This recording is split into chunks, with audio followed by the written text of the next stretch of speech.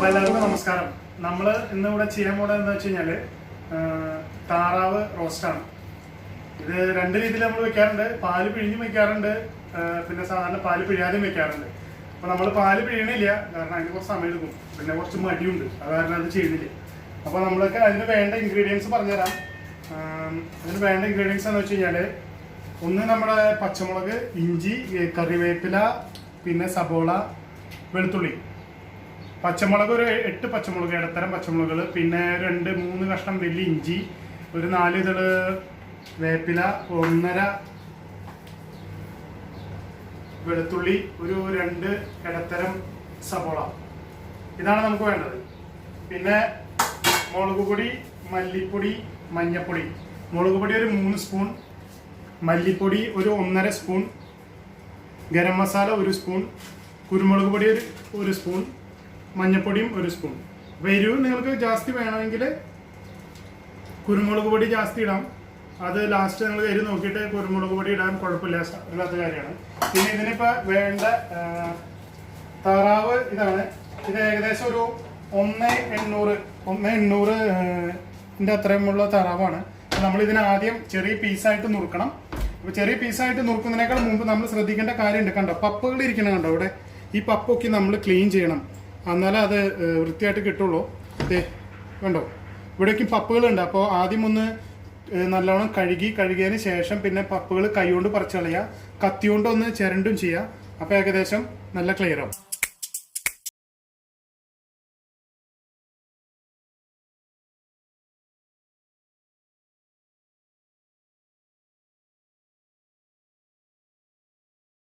കഴുകി വൃത്തിയാക്കി വെച്ചേക്കാണ്. നമ്മൾ വെട്ടുമ്പോൾ ശ്രദ്ധിക്കേണ്ടതെന്ന് വെച്ച് കഴിഞ്ഞാൽ വളരെ ചെറിയ പീസാക്കിയിട്ട് നുറുക്കാൻ നോക്കാം. ഒത്തിരി വലിയ പീസാക്കിയിട്ട് നുറുക്കി കഴിഞ്ഞാൽ അപ്പോൾ അതിൽ പിടിക്കാനായിട്ട് സമയമെടുക്കും. അപ്പോൾ അതുകൊണ്ട് ബെസ്റ്റ് നമ്മൾ ചെറിയ പീസാക്കി നുറുക്കാം. അതേപോലെ നമ്മളിത് കട്ട് ചെയ്യുമ്പോൾ വളരെ സ്ലൈസായിട്ട് കട്ട് ചെയ്യും. ഇഞ്ചി, പച്ചമുളക്, കറിവേപ്പിലേക്കും ഇഞ്ചി, പച്ചമുളക്, വെളുത്തുള്ളി എല്ലാം കട്ട് ചെയ്യുമ്പോൾ വളരെ സ്ലൈസ്.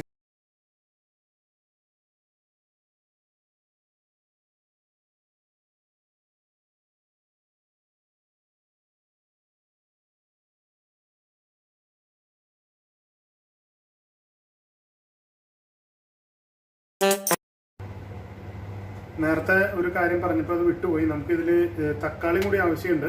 ഒരു ഇടത്തരം തക്കാളി ആണെങ്കിൽ ഒരു 2 തക്കാളി മതി. അത്യാവശ്യം വലുപ്പമുള്ള തക്കാളി നമ്മൾ പുറത്തുനിന്ന് മേടിക്കുന്നതാണെങ്കിൽ.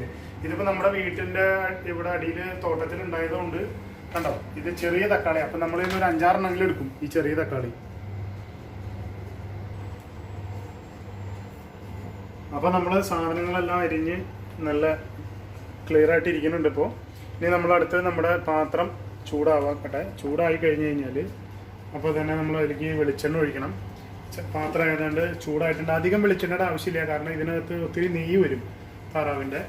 അപ്പോൾ നമ്മൾ അധികം വെളിച്ചെണ്ണ ഒഴിക്കേണ്ട ആവശ്യമില്ല, ആവശ്യത്തിന് മാത്രം വെളിച്ചെണ്ണ ഒഴിച്ചു. ഇപ്പോൾ വെളിച്ചെണ്ണ ചൂടായി. ഇനി നമ്മൾ ഈ ചൂടായ വെളിച്ചെണ്ണയിലേക്ക് നമ്മൾ അരിഞ്ഞു വെച്ച സബോളയാണ് ആദ്യം ഇടുന്നത്.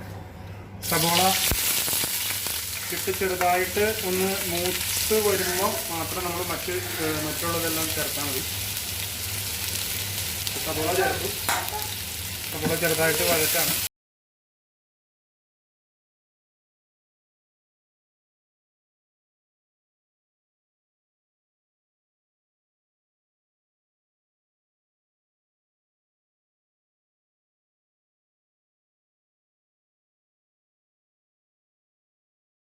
അപ്പോൾ നമ്മൾ ഇഞ്ചി, പച്ചമുളക്, വെളുത്തുള്ളി എല്ലാം നല്ലോണം മൂത്തു. തക്കാളി ഇട്ടായിരുന്നു, അതെല്ലാം ഇപ്പോൾ നല്ലോണം മൂത്തു. ഇനി നമ്മൾ ഇതിലേക്ക് ആഡ് ചെയ്യേണ്ടത് മുളക് പൊടിയും മല്ലിപ്പൊടിയൊക്കെയാണ്. അപ്പോൾ നമുക്ക് ഓരോന്നായിട്ട് ആഡ് ചെയ്യാം. ആദ്യം നമ്മൾ മുളക് പൊടി ആഡ് ചെയ്യാണ്. അപ്പോൾ നമ്മൾ മുളക് പൊടി ഇട്ടു. മുളക് പൊടി അത്യാവശ്യം ഒന്ന് മൂക്കണം. അത് ചെറുതായിട്ടൊന്ന് മൂത്ത് വരുമ്പോഴേക്കും ഉടനെ തന്നെ മല്ലിപ്പൊടി ഇടാം. മല്ലിപ്പൊടി ഇട്ടു. മല്ലിപ്പൊടി ഇപ്പോൾ മൂത്ത് കിട്ടും.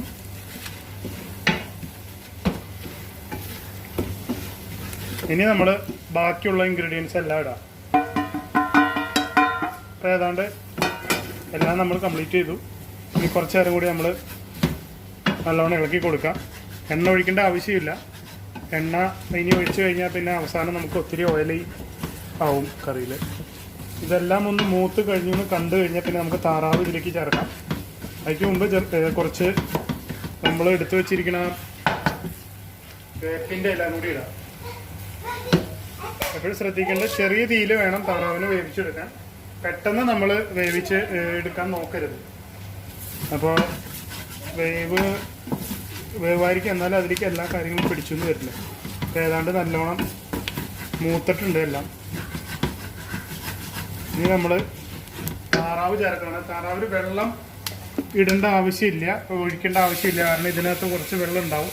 ആ വെള്ളം കൊണ്ട് തന്നെ ഇത് വെന്ത് കിട്ടും. അപ്പോൾ നമ്മൾ ശ്രദ്ധിക്കേണ്ടത് അത് വെള്ളത്തിൻ്റെ ആവശ്യമുണ്ടെങ്കിൽ ഇടയ്ക്കൊന്ന് ഇളക്കി കൊടുക്കുമ്പോൾ നോക്കാം. ആവശ്യമുണ്ടെങ്കിൽ മാത്രം ഒഴിച്ചാൽ മതി. ഇപ്പം തുടക്കം നമ്മൾ ഒഴിക്കേണ്ട ആവശ്യമില്ല. ചെറിയ തീയിലിടാൻ നോക്കാം, ഒത്തിരി വലിയ തീയിലിടരുത്. ചെറുതായിട്ടൊന്ന് ഇളക്കി കൊടുക്കുക. അപ്പോൾ അടിയിൽ പിടിച്ചിട്ടുണ്ടെങ്കിൽ നമുക്ക് അറിയാൻ പറ്റും. വീണ്ടും മൂടി വയ്ക്കുക. ഒരു 3/4 മണിക്കൂറെങ്കിലും ഇങ്ങനെ ഇരിക്കണം. അപ്പോൾ ഏതാണ്ട് വെന്തിട്ടുണ്ടാവും. ഇപ്പോൾ ഇടയ്ക്കിടയ്ക്ക് ഇളക്കി ഞങ്ങൾ കൊടുത്തായിരുന്നു. അപ്പോൾ നോക്കാൻ ഏതാണ്ട് വെന്തിട്ടുണ്ട്.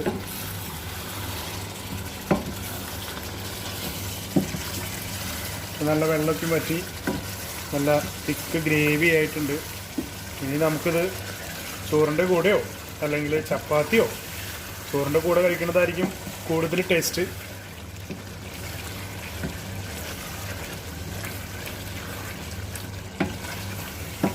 ഇനി നിങ്ങൾക്ക് എരിവ് നോക്കിയിട്ട് എരിവ് കുറവാണെങ്കിൽ ശകലം കുരുമുളക് പൊടി ഇടാം. ഇനിയിപ്പോൾ ഞാൻ ഇതിൻ്റെ ടേസ്റ്റ് നോക്കണം. ഏകദേശം എല്ലാം വെന്തു നല്ല പെർഫെക്റ്റ് ആയിട്ടുണ്ട്. നമ്മളിതിൻ്റെ ഒരു കഷ്ണം ഇങ്ങനെ ടേസ്റ്റ് നോക്കുകയാണ്. സാധാരണ നമ്മുടെ സ്വഭാവം അനുസരിച്ച് ഇങ്ങനെ ഇടയ്ക്കിടയ്ക്ക് നമ്മൾ ടേസ്റ്റ് നോക്കി ഇത് കറി വേകുമ്പോഴേക്കും പകുതി ആവാറെ പകുതി ആണ്. അപ്പോൾ നമ്മൾ 2 പീസ് എടുത്തിട്ടു. ഇനി നമ്മളിതിൻ്റെ ടേസ്റ്റ് നോക്കുകയാണ്. എന്തെങ്കിലും കുറവുണ്ടെങ്കിൽ നമുക്ക് ചേർക്കാം. ഓ, നല്ല ചൂട് കൈ കൊള്ളണം. ഞാൻ ഒരു പാകത്തിനുണ്ട്, എല്ലാം പാകത്തിനാണ്. ഇത് നിങ്ങൾ ടേസ്റ്റ് നോക്കിയിട്ട് നിങ്ങളുടെ ആവശ്യത്തിന് ഉപ്പോ കുരുമുളക് പൊടി എന്താണെന്ന് വെച്ചാൽ ചേർത്ത് കൊടുക്കുക.